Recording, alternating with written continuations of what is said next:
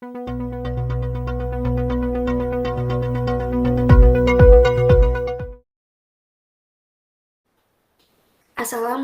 warahmatullahi wabarakatuh. Kami dari kelompok 4 akan memaparkan penelitian mengenai AGHT terhadap geopolitik Indonesia.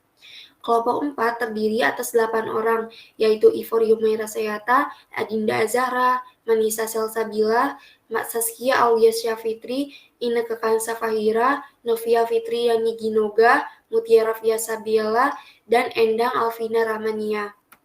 Pokok pembahasan yang kami miliki ada 6. Yang pertama, ancaman berkepanjangan di Laut Natuna. Kedua, gangguan pada saat ini di Laut Natuna. Ketiga, hambatan yang ada pada masalah di Laut Natuna. Keempat, tantangan yang harus dihadapi oleh Indonesia terhadap Laut Natuna dan kebijakan yang diterapkannya. Yang kelima, ada dampak dari konflik Laut Natuna. Yang keenam, pertahanan dan keamanan. Ancaman berkepanjangan di Laut Natuna. Ancaman negara Indonesia terhadap Laut Natuna disebabkan oleh adanya persengketaan akibat penerapan prinsip yang berbeda mengenai penetapan batas-batas landas kontinen di antara negara-negara.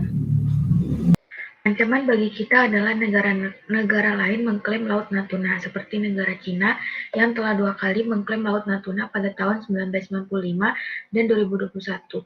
Bahkan bukan hanya Cina saja, kapal-kapal ikan dari Vietnam tersebut diketahui ada di wilayah perairan Indonesia setelah citra satelit mengungkapkan keberadaan mereka lewat sistem identifikasi otomatis. Keberadaan mereka di wilayah perairan Indonesia memicu penurunan aktivitas penangkapan ikan yang dilakukan oleh kapal-kapal ikan Indonesia. Kondisi tersebut disebabkan karena kapal dari Vietnam biasanya menggunakan alat pelangkap ikan, pukat harimau, dan juga teknologi yang canggih. Sementara kapal-kapal dari Indonesia biasanya berukuran lebih kecil dan menggunakan teknologi yang sederhana, serta tidak menggunakan api pukat harimau yang dinilai akan merusak ekologi laut. Dengan kata lain, pukat harimau dinilai bisa merusak sumber daya ikan dan ekosistem dasar laut. Selanjutnya, gangguan pada saat ini di Laut Natuna. Masuknya nelayan Cina yang dikawal oleh kapal Coast Guard di Laut Natuna Utara merupakan gangguan terhadap kedaulatan Republik Indonesia. Masuknya nelayan-nelayan Cina yang dikawal oleh kapal Coast Guard yang juga dilandasi dengan argumen resmi dari juru bicara Kemlu Cina, Geng Sihuang, yang menyatakan bahwa perairan di sekitar Kepulauan Nansa, termasuk Laut Natuna Utara, sebagai wilayah tradisional penangkapan ikan mereka, adalah bentuk gangguan terhadap kedaulatan Republik Indonesia. Hambatan yang ada pada masalah di Laut Natuna.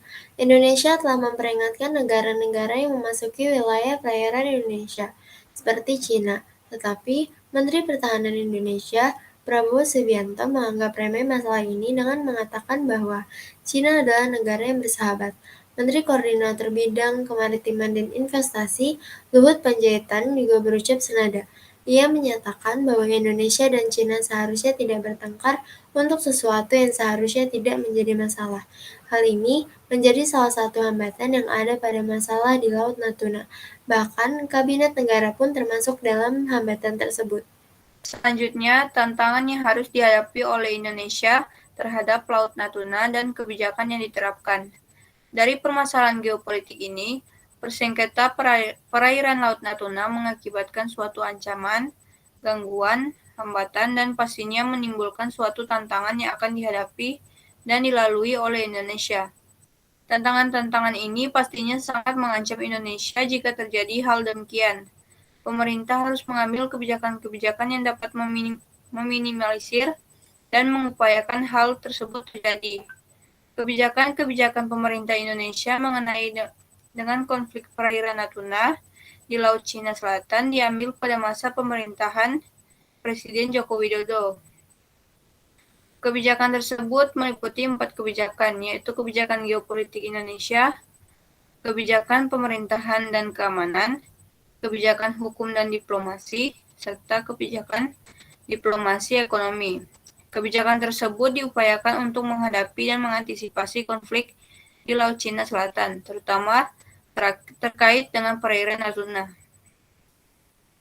Dampak dari konflik Laut Natuna. Adanya suatu pengeklaman tersebut sangat berakibat pada ketahanan dan keamanan negara Indonesia karena adanya konflik perairan Natuna ini, dan tak hanya itu, kebijakan yang dibuat dan dinilai tak berpengaruh dalam menegaskan kedaulatan di Laut Natuna untuk mencegah agresivitas Cina yang kerap mengeklaim perairan itu. Dari hal ini, negara kita mungkin saja kelak akan dipandang negara yang lemah dan tak mampu melindungi wilayahnya sendiri dari negara lain. Selain itu, lambat laun negara kita semakin berkurang wilayah teritorialnya. Di samping dampak negatif, ada juga menimbulkan dampak positif. Pertama, pemerintahan semakin sigap dalam menyelamatkan sumber daya alam laut dan menjaga perbatasan di Indonesia. Kedua, akan ada aktivitas masyarakat nelayan di Natuna Utara. Ketiga, pemerintah akan menyiapkan pabrik dan penampung ikan di sana. Keempat, akan memberikan dampak ekonomi kepada masyarakat di Kabupaten Natuna. Kelima, mengevaluasi instansi dan tumpang tindih di sana. Pertahanan dan keamanan. Ada beberapa tindakan yang dapat dilakukan oleh pemerintah. Yang pertama adalah lingkungan laut harus diperhatikan. Yang kedua adalah pemerintah diminta tidak mengakui klaim 9 garis putus atau 9 dash line pemerintah Tiongkok terkait zona ekonomi eksklusif atau ZEE di Natuna. Yang terakhir, Indonesia diharapkan tidak tergoda upaya kerjasama yang ditawarkan Tiongkok.